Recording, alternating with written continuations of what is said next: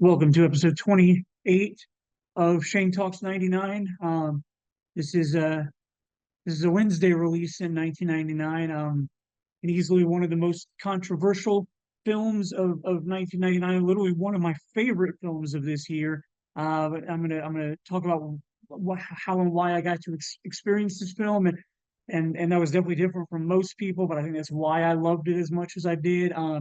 This film was a Wednesday release at the Angelica Film Center in New York City on August 14th of 1999. 2 days later, on July, sorry, as I said August, I meant July 14th of 1999, and then two days later on July 16th, it then was released in 25 other cities. And then at the end of July 30th to be exact, it was released far, far wider throughout the United States. This was a Castleton Arts movie for me in 1999. I uh, I got to see this movie like 2 months before it came out. I got to see this movie in May of 1999.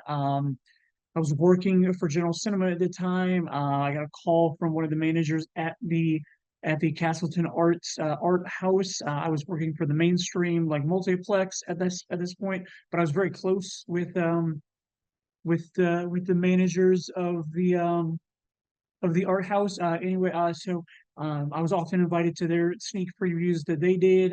This was one of them, but this one was different. This one was kind of special. This one was it was an art house movie that I hadn't heard of, that I didn't know anything about. And so, like back in those days before digital cinema, movies came in on these little 2,000 foot reels, and those reels had to be combined into the movie to be threaded up through the projector and shown. But part of that process was making sure that there weren't any missplices, or making sure that the print hadn't been damaged in any way. So the night before a showing, we would preview the movie, we would screen the movie, we would make sure that everything was okay with the movie. Um, and that's what was happening this night with the Blair Witch Project. Got the call, showed up at the theater. All I was really told when I asked what is this about, because I'd never heard of it, was I was told that it was a horror movie. And that was good enough for me because I'm a huge horror movie fan. I love slasher movies, but like I'm not limited to them. Like I just that the fact that it was a horror movie, and the fact that I literally saw everything that came out in 1999, like I made sure that I went and checked this out. So that showing in May, months before the release, months before anybody knew what this movie was going to become, there's a group of about 10 of us, and we had absolutely no idea what we were getting involved with. None of us knew, and none of us could have expected what was about to happen. Jason, the co-host with me on the regular Shane Talks podcast, was there. A couple of our other movie friends, other employees were there. My buddy Chris Schneider is one that I loved talking about this story with, because he thought he was showing up to a screening of the Thomas Crown Affair, a movie that came out much later in 1999, but for some reason he heard Blair Witch and just thought of a person's name and thought Thomas Crown, and so he was very much not expecting what he was expecting, a heist, romantic ish kind of movie, and that is not what he was prepared for when he watched this movie. And Chris, to my knowledge, is not a big horror movie fan. Um, but this was literally probably one of the greatest movie going experiences of my entire life, because none of us had any idea what we were getting into when we started this movie. And it was literally one of the scariest, if not the scariest thing I think I have ever seen in a movie theater. Um, there was no media hype at this point months before it came out, and if there was, it wasn't something that we were exposed to. I'm going to talk a little bit about how, like, this was one of the first like viral things that I ever knew about. But like, as much as I believe that it at this point when the movie came out, it hadn't hit yet. I didn't know what we were getting into, and it was just watching this movie for the very first time. I was literally believing that I was watching a found footage movie that was cut together. Um, and the way that we all experienced this, feeling that way, thinking that this fake, that like it's really played up, that it's real. Like I had never seen anything like this, and I had never experienced a viewing like this, where like we're all like literally sitting around trying to figure out like how how real is this? Like how much of this movie is real? Like it's there's no name actors in it. Like we've never heard of these people. Like how is this movie getting released in cinemas with these three kids that nobody's ever heard about? Like why is this a big deal if it's not real? I mean, the characters aren't in frame. Like it's not shot like a movie. It's all steady cam, jerky hand to stuff. Like the dialogue is just mundane and like it's not something that somebody would normally put in a script or a movie. Like why am I listening to these kids have these conversations or like film the stuff that they're filming? Like there's and then we get to the scary stuff that's going on, like the rocks and the sticks, and it was just like creepy stuff that I felt like was being captured, but it wasn't really being captured. It's very like the filmmakers 100% used Hitchcock's concept of it's scarier if I don't show it to you. Like your mind takes what you think is there and makes it worse than anything Hitchcock ever could have put on film. And that's what they did. Like you see the aftermath of stuff, like you hear what we think are people or things outside of the tent, and then they get up the next morning and you see the rocks outside the tent, or you see the sticks hanging from the trees that weren't there the night before. Like seeing the aftermath is so much creepier and freakier than like not knowing what was like not seeing what was really going on. And like to my knowledge, this is the first found footage film that I think I have ever seen. I do know that the year before in 1998 there was a film called The Last Broadcast, which I actually really liked the movie. I just recently rewatched it earlier this year because of a conversation I had about the Blair Witch Project on Facebook, and then I mentioned The Last Broadcast, and then I was like, or actually, no, I take that back. It wasn't even on Facebook. It was when we had Lee Vidal on one of our earlier podcasts, and he was talking about taking his daughter to see a bunch of like horror, scary stuff, and she had just recently watched Blair Witch. So we were talking about that. I brought up The Last Broadcast, so I found that it's available, I think, on like Amazon Prime Video or somewhere. So I sent it to him, but before I sent it to him, I wanted to rewatch it to see like how it held up, and like I still really enjoyed the movie, but the Last Broadcast is one that when you know the ending, it makes it a little harder to enjoy the movie while you're watching it. So I kind of tried to preface him with that, like where I believe that the Blair Witch Project is a rewatchable film because I just watched it today before recording this.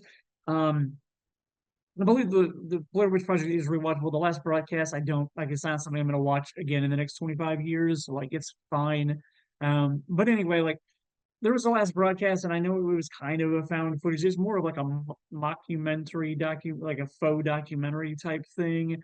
But then the other movie that always comes up with this, and again, is more of a faux mockumentary, is a 1999 movie. I'm pretty sure, yeah, it came out in like January of '99. It was a movie called American Movie, which is just like a comedy about these guys trying to make a movie, and I, I'm pretty sure it's pretty real, but yeah, I don't know. So anyway, like Blair Witch Project, The Last Broadcast, and then American Movie, like these are all movies that like came out at this perfect time when Jason and I were just getting started on making our first horror film that we made in 2000. And so like while movies like Scream and Kevin Smith and like other stuff and Halloween were huge influences on like what we wanted to make.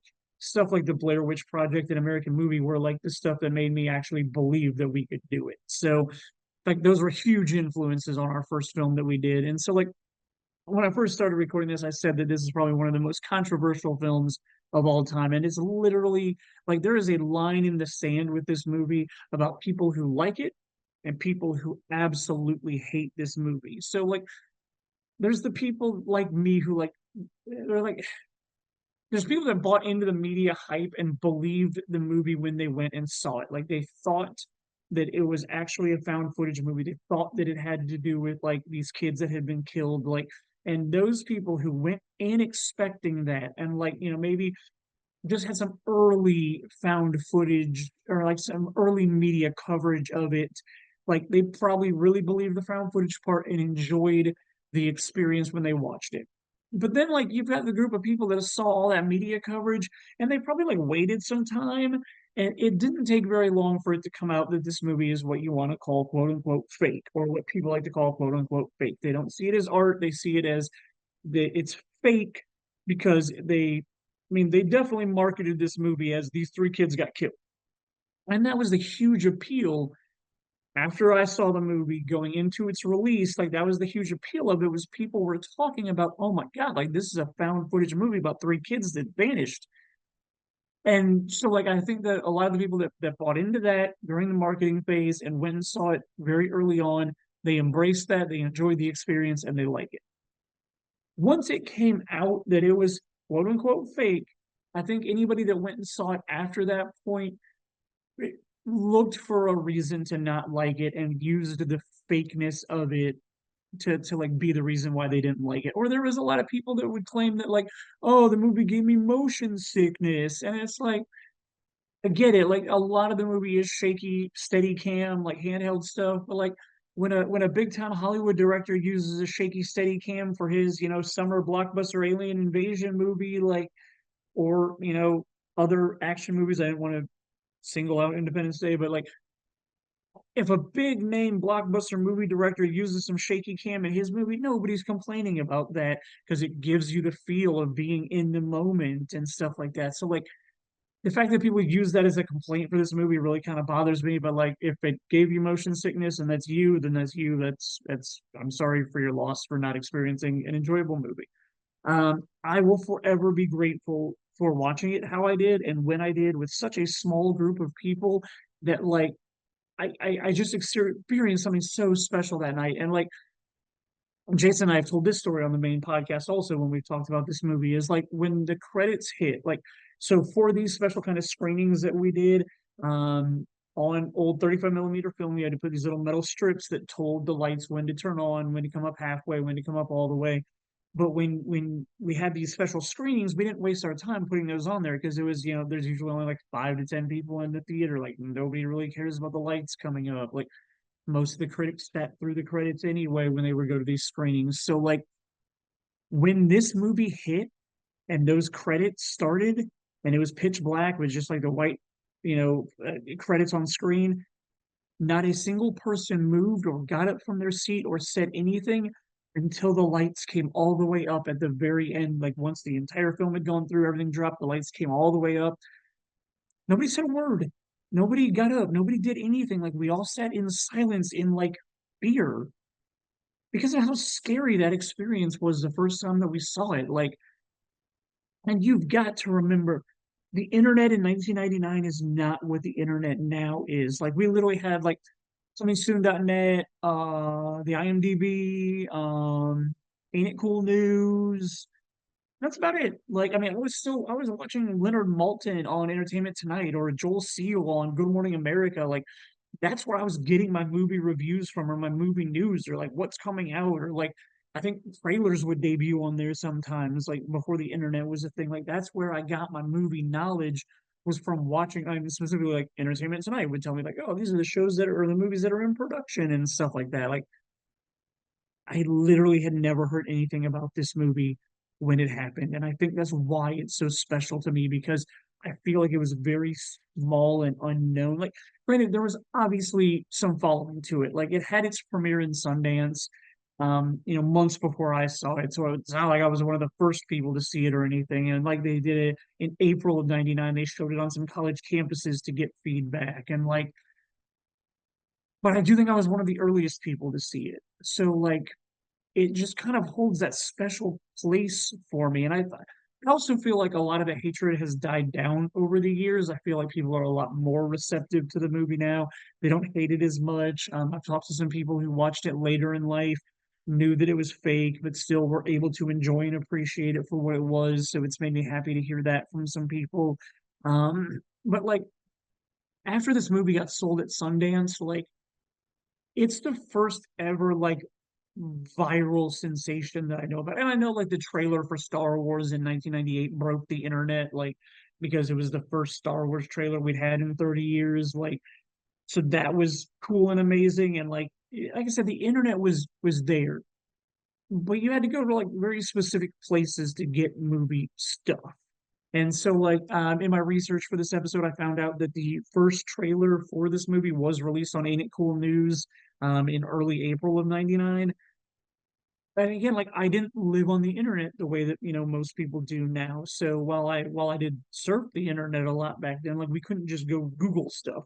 Like, I couldn't just like Google new movie trailers and see like what's out there. Or like, nowadays a lot of times I'll go to YouTube and I'll type in movie trailer and then I'll just tell it, show me what's posted in the last week or something like that. See if there's any new trailers that I haven't seen yet. Like, and compare it to this week. Just this week, the trailer for Captain America 4 dropped. And that trailer, like, literally within minutes of it dropping, I got like notifications, like, from, different apps, different things. New Captain America trailers here. I had a couple of friends text me, have you seen the new Captain America trailer? Because we wanted to talk about it. I had other people, like, hit me up on social media, sending me the link to it and whatnot. And it was just like, that's kind of like the world we live in now. When something, because I mean, obviously, I have a circle of very nerdy movie friends that want to talk about Marvel films and stuff like that. So, but that's not how it was in '99. Like, if you ask somebody, have you seen the trailer for the Blair Witch? Like, oh no, like I haven't gone to an art house movie in a long time. Like, no, and like I mean, I had friends that worked at art houses, and I went and saw a lot of art house movies, and I still don't ever remember seeing this trailer before I went and saw the movie. So it was such a different time back then. Like, um, I just so while the internet was in its infancy, and while I'm talking about this being one of the first ever like viral things, it had a lot to do with the filmmakers and the production people embracing the internet and literally creating a website that just pushed forward this facade of how real this was. This is real found footage. They got actors to pretend to be cops, and pretending to be cops, they filmed footage of them talking about the missing kids. They filmed footage of them looking through, their items that were found with the missing kids. They had footage of like their abandoned car from that, was the car shots in the movie. They just put all of this stuff out on the internet, and the internet was so young and new, people didn't question it. Like, nowadays, I go to a website, I'm very 50-50 skeptical, like if I see something that's real or not. Like, I'll go to a restaurant's website and still not believe that's what their food looks like. And I'm on their website, but I don't know if that's what their food really looks like. Like, I am so skeptical about stuff online nowadays. But back in 1999, anything that was on the internet was like, you can't put the untrue stuff on the internet, right? Like, it was a very different world that we lived in back then. So the fact that they had this website with all of this fake news footage and news coverage and like all this stuff specifically done to try to make people think that it was real just worked so well. It was genius, and I tip my hat to them. Like, they marketed this film geniusly because none of the three main actors from this movie were allowed to do any press for the movie. They weren't at the Sundance screening where it was sold like to Artisan Films or whatever. Artisan was the name of the company that distributed. I can't remember if it's Artisan Films or Artisan Productions or whatever it was. But when Artisan, like, the actors weren't there. Like, they built up this mystique of the fact that like these kids are missing or dead or whatever. Like, it was brilliant. It was genius. I can't say it enough how smart they were about marketing this movie.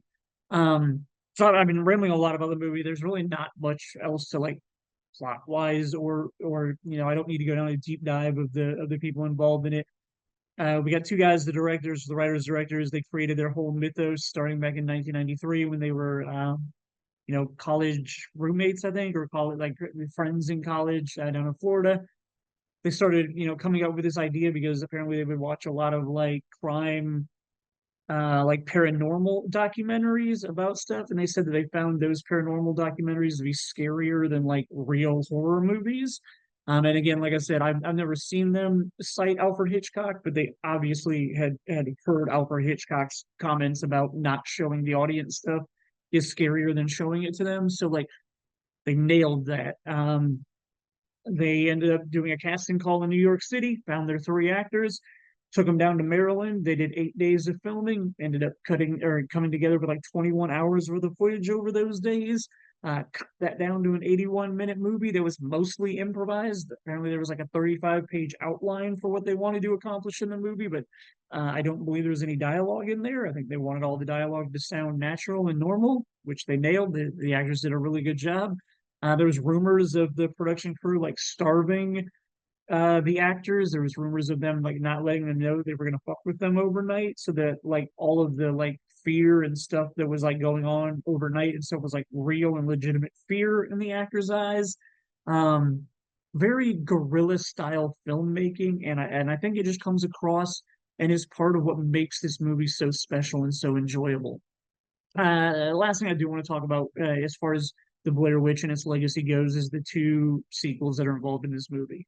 The next year, a year later, 2000, they tried to quick money grab, cash in on how popular the Blair Witch Project was, but then also the post-Scream teen slasher horror genre that was going on at that point. And the sequel, Book of Shadows, that came out in the next year was terrible. It was miserable. I hate the movie. I've only ever seen it once. I don't ever plan to watch it again. I remember absolutely hating everything about it. I remember it not being good. I'm pretty sure they show you the witch in the movie. I'm pretty sure it's very stupid the way they show it to you. Everything that was good about the first movie was just ruined in the second film. Absolutely hated it.